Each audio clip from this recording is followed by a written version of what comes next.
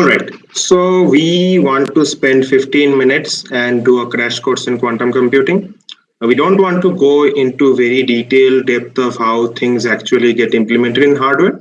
But what we want to understand is what is quantum computing and why is it interesting for us, and also what makes it so powerful.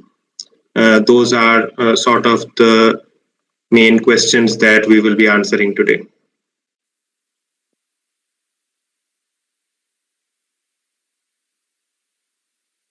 Right. So these are the questions we'll be answering today. Firstly, what are quantum computers? Then why are we interested in building quantum computers? How do they work? So this point 3 is going to form the meat of our discussion. And we'll quickly glance over how we build quantum computers and then take a quick reality check of when you can get one. All right, let's dive right in. What are quantum computers? So what you see right now is essentially what is often in most pop science presentations, articles, videos about quantum computing. And that's fine. This is a very valid definition. If somebody asked you what is quantum computing and you told them that quantum computing basically is a new way of processing information by using quantum mechanics, that's totally true. That is indeed a very fair definition. And that's what we will be discussing, that how does it use those principles of quantum mechanics to do things better. Some quick reminders that we're talking about qubits, which are fundamentally different from classical bits, and they form the foundation of a quantum computer. And the qubits are important, are powerful because they leverage the inherent quantum nature. So deep down, as we go further down and look deeper into particles, they behave in a quantum manner. And just as a reminder, quantum computers are not here to replace classical computers. There is maybe somewhat a misconception regarding that in the future, these classical computers are going to get replaced by quantum computers. There's no reason to believe that right now. We do believe that quantum computers are going to be acting as complementary to classical computers, taking on problems that have certain structure which are solved better using a quantum computer. Much like you have today FPGAs or graphical processing units, GPUs made by NVIDIA, which are suited for a particular set of tasks. Okay, so why are we interested in quantum computers? Why is everyone so hyped up about them? What do we have for us inside quantum computers? One of the very important applications that is touted to be a big game changer in how quantum computing helps us is optimization problems. These are optimization problems in any field. So it could be, you're optimizing a portfolio of stocks for the equity market, or you're optimizing your economics model to understand a particular interest rate change or any steps undertaken by the government, for example, a stimulus check. How will that pan out over the next 2-3 years? Or maybe something more mundane and day-to-day like logistics. How is Amazon going to figure out the best route for its delivery driver to deliver 10 logistics in the next 5 hours? These are all optimization problems, and quantum computing is believed to be performing very good in problems of this nature. Another segment of problems that are expected to see a boost in speed up are discovery of new materials, new drugs, new vaccines. So these are all chemical compounds that we simulate using our classical computers today, which essentially try to simulate the quantum behavior on our classical hardware. And we expect to see a lot of speed up when we use quantum computers. And the important and interesting point is that there are possibly many more applications that we don't know. We just need to find the right algorithms that can help us, unlock this potential. And I have highlighted just here because I say it like we just need to find the algorithms, but finding these algorithms is the tricky part. They are what forms the crux of the theoretical research in quantum computing today. That how do we find algorithms that can actually leverage our quantum hardware to solve more and more diverse problems.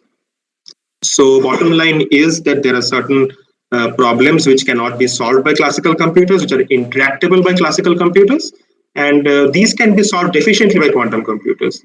So the infographic you see on the right looks a bit funky with these names like P, NP, PH, BQP. Well, theoretical computer scientists are not the best at naming things, but we'll give them a pass for now. And why this infographic is here is to make a point that it's not just speculation that we believe quantum computers are supposed to be good at solving certain problems. There is theoretical proof that shows that certain class of problems can only be solved by quantum computers. So what you see here are problems that can be solved efficiently by classical computers, problems that can be solved or more particularly checked by classical computers. So to give an example, a classical computer is very good at multiplying two numbers, but it's not so good at factorizing a number into its primes. But if I give it two numbers, two prime numbers and a product and tell it that check and tell me if this answer is correct, that's again very easy. So this is what is included in the NP problems that can be quickly checked. Like given a number and its prime factors, I can quickly check if they are the prime factors or not. And then BQP is what interests us. These are problems that quantum computers can solve. And what you see here in this Venn diagram is that there's a certain part of BQP which cannot be solved by P, NP, or PH. And we don't need to go into the depth of what these complexity classes mean and all that. The bottom line is that we have theoretical proof and also examples to demonstrate that there are certain problems which we can mathematically show cannot be solved using a classical computer, and we'll need to have a quantum computer. So all our work is not in vain, and we have very solid motivation and foundation for building quantum computers. Great. Now that we have established this motivation, let's look at why exactly do quantum computers, have this sort of upper hand in solving certain problems. So these are the two weird tricks that classical computers hate and which quantum computers love, and how they make make their job much better, much easier, and that is superposition and entanglement. So classical computers do not have superposition and entanglement, and superposition and entanglement are what makes quantum computers quantum. And we'll take a deeper dive into these two things, and then we'll have a bonus which essentially ties these two features to show how quantum computers do things really fast. So this pop science definition of quantum superposition that I think a lot of you might have come across in a random article or a random tweet or a random video is that quantum superposition means that a particle can be in many different states at the same time. And that is correct. That is not entirely false. And we do believe that that is fine. That is a legitimate description of what quantum superposition means, but it's not complete. So superposition means that a particle can be in different states at the same time. But the interesting part is that how do we represent these states? And we represent these states in the form of waves. And for those of you who do not have a more thorough introduction to waves, waves can interfere. So what we see on the right here is that, the GIF paused at a very interesting point, but you have three waves here, blue, green, and red. The blue and the green are perfectly overlapping here, which is why you see that the red, which is the resulting wave, is double the amplitude or the size of the blue wave. But in general, the idea is that waves can interfere, and when they can interfere constructively or destructively. So when the waves perfectly line up, we have constructive interference, which is what you see here. And when they perfectly misalign, so the peak of one wave is matching with the pro of the other, that's when you have destructive interference and you have a zero at that point. Very basic waves, you have seen it everywhere. You have seen it in physics, you have seen it in person. If you throw a stone on water, you can see it happening. But that's what makes quantum computers so interesting, that we can represent their states in the form of waves. And these waves, they are not just waves that you look like here, positive and negative values. They can also take complex values. So We don't need to go into the depth of why complex numbers are necessary to represent quantum states, but suffice to say that we represent quantum particles in the form of waves. These waves can interfere with each other, and these waves can take positive, negative, or complex values. And when they interfere, they can either get suppressed to zero at certain points when they are completely misaligned, and they can get fully amplified when they are fully aligned, and anything else in between. We'll come back to why this interference is important later on in the discussion. But the other aspect to understand is that a lot of pop science descriptions talk about how these waves represent probabilities, how they uh, tell you whether a particle is there or not. That's true, but again, it's partly true. The waves do tell you about the probability of a particle being in a certain state. So, for example, in this example, wherever is the peak, that corresponds to me trying to find a particle with a very high probability in that spot. So when I say high probability, I mean that if I measured this particle, 100 different times, I would find it most of the times at the point where we have that red peak. Now, if you notice something, I mentioned something about measuring the particle. So that's what brings us to the next point, that when you measure these quantum particles, they collapse to a random state. Great, right? I do so much to get my particles into a superposition, and they talk about how it's very fragile to maintain the superposition, and how the superposition is not just probabilities, but it can be positive, negative, can interfere. But well, I have to measure it at some point. Nothing has come to do that measurement, and if I measure it, you're telling me that it goes into a random state. So, well, great. How to actually use it? We'll come back to that, but yeah, that point is important. That when you measure it, you get a random state, and measuring it over many times gives you a probability distribution of where you find this particle in this state space of different state. Okay, so now we take a detour and we discuss the next weird trick, which is quantum entanglement. So entanglement, it means exactly the same word that you know in English, that when two particles are entangled, they share a single state, and you cannot describe them independently. So we can take a quick classical look at entanglement. Let's say you have, two, I don't know, cakes, two boxes, whatever. One is circular, one is square. And if you are looking at the top part of the infographic, which says independent, here the distribution of the system is such that everything has 25% probability. So if you get so let's say I hide the second box from you, and you can only look at the first one. You have no way of telling me what the second one is, right? Because if I tell you the first one is a circle, the second one could be a square or a circle. If I tell you the first one is a square, the second one could be a square or a circle. So you have no information about the second particle or the second box by knowing about the first box.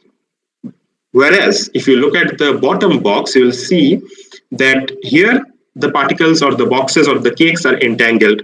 If I look at the first one, and if it turns out to be circular, so the second one also is circular. Whereas if I look at the first one and it turns out to be a square, the second one is also a square. This is completely what entanglement means in a classical sense. In a quantum sense, we're talking about two quantum particles which are entangled in a similar manner, and there is no way of independently describing their states. You can't talk about how only particle one is something. As soon as you say particle one is something, that essentially also gives information about the other particle. So what are the good things that happen because of entanglement? The first thing that happens is that actions on one particle also affect the other particle. And similarly, when you measure one particle, you also get information about the other particle. And this brings us to the bonus trick. And the bonus trick is interference. So now we'll talk about how quantum algorithms actually give you that speed up. So what you want to do, a very common description is that how quantum computers can look at many different states at the same time because of superposition, and that's how they give you the speed up. Well, that's not the entire picture. But it's a good start. So we do use the many different states of superposition, and our answer is encoded into one of these states. So let's say I want to search for something, and one of my 2 to the power n states are the answer. and then I entangle all these states, because like we discussed before, I can then perform action on one qubit and that will affect the other qubit, so that reduces the number of operations I need to perform, right? Because operations on one qubit can also impact other qubits, and similarly measuring one qubit can also give me information about the other qubits. So now but I still know that if I measure this, I'll get random results. So how do I not get random results? That's where interference comes into the picture. Remember how I told you that these qubits can be represented by waves? And what that means is that these waves, these qubits, they can be made to interfere. What quantum algorithms do are that they find neat tricks or neat steps or efficient ways of making these qubits interfere with each other, such that the correct answer gets amplified. So remember how we had in that previous slide, where we look at that wave, and the wave has certain peaks. So we want our correct answer to be embedded in one such peak. So we'll make the qubits interfere in such a manner that the state which has the right answer out of all the 2 to the power n different states keeps getting amplified by constructive interference. And that's the tricky part. I say it like it's something easy, but it's not. We have very few algorithms that can actually do that, which can make these quantum waves interfere in such a way that only the correct answers get amplified while the wrong answers get suppressed. And there are people working for years to find more algorithms, but we only have a few so far. We have like 3 or 4 algorithms that know how to do this. And essentially, we try to map all problems into these algorithms. So yeah, that it might sound like impossible, and it actually is very difficult to figure out efficient ways of making these waves interfere such that you get the correct answer amplified. And then it's simple. You keep measuring the qubits, and like I showed before, you'll get a probability distribution. And if you use the algorithm correctly, the probability distribution will show peaks for the right answer. And what you see on the right is the output from an actual quantum computer. Like you run an experiment on with some quantum algorithm, and then you perform several measurements, and you get a distribution like this. In this case, the correct answer is 1-1, so that has the maximum probability. All right, we have already covered the crux of our discussion, and we have some idea about why quantum computers are fast. This is another approach of using quantum computers, and it's called quantum simulation. It's more intuitive to understand because, like I told you previously, every matter in the universe is quantum at its heart. And it's kind of foolish to try to teach classical computers to simulate quantum mechanics. Of course, a better way to do it is to have a quantum computer simulate a quantum system. So when we have a good quantum system, which is a quantum computer that we can control, we can essentially map whichever chemical compound we try to simulate. It could be a new drug that we have a model of that we want to actually find out how it reacts without having to trial on human beings or animals, or it could be a new material that we want to see how lightweight is this material. We can figure out all these properties by simulating the material. Currently, we do it with supercomputers that are not aware of the quantum nature of these particles, but we can use a quantum computer when we have a good one to simulate these quantum particles. So that's another approach of using quantum computers to take advantage of that speed. Next, let's get down to more practical business. How do you actually build these quantum computers?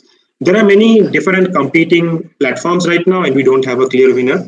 We'll not be going into the depth of how each of these work, but we'll quickly run through the different approaches. So superconducting qubits use something called a superconducting circuit through which you pass current and you make these artificial atoms, which are essentially an electrical circuit that's fabricated on a very small chip, and you have to cool it down to nanokelvin or millikelvin, well, millikelvin, not nanokelvin, millikelvin temperatures to make a qubit out of it. And then you have ion traps, where you use electromagnetic fields to hold these ions into a small location in space, and that serves as your qubit. Essentially, any particle that can exist in 2 different states can be a qubit, because you need something that is in 2 different states to form a bit. So any quantum particle that can demonstrate this sort of 2-level structure is a good qubit. Then you could use semiconductors, which essentially use the same technology that we use right now for our computers, or you could use photonics, which use something called single photons. The single photons are essentially one particle of light, and you use the single photons to act as qubits because they could be in two different polarizations and thus form a qubit again. But yeah, that's not the heart of our discussion today. Now, even more practical question: when can I order a quantum computer online? Well, sadly, not anytime soon, because we cannot make many qubits yet. So there's a scalability challenge. We cannot make good qubits. So even if Google now makes 50, 60 qubits, same does IBM. But these are not good qubits. These qubits, like I described previously, they're quite fragile, right? And we want them to stay in their superposition and entanglement for a long time. Right now, we don't have qubits that stay in superposition and entanglement for a very long time. Maybe like the max we have probably is like, fraction of a second. So we have materials and fabrication challenges in properly fabricating good qubits. And we need to learn to better control this qubit. So this is the kind of work that I do back in our group at FZ ULIC and Saarland University, where we figure out how to better control these qubits with the different control electronics to perform different operations on them in an efficient manner. So yes, we are making progress, but to be very realistic here, we are a very long away from quantum computers making truly useful business solutions. So all the hype you see, that's fine because we are making progress, and this is some fantastic work that's going on. But things will take time. So just to be clear, absolutely clear that we are nowhere close to getting these things out in the market. But yeah, we are making progress. If you want to look deeper into these things, these are a few more long form explanations that I like, which don't just take the pop science approach and actually dive into the depths in a manner that even normal non-physics background person can also understand. And these are all senior researchers in the field, so they know what they're talking about. But yes, thank you so much for your patience, and yeah, that's about it. Quantum Computing 101.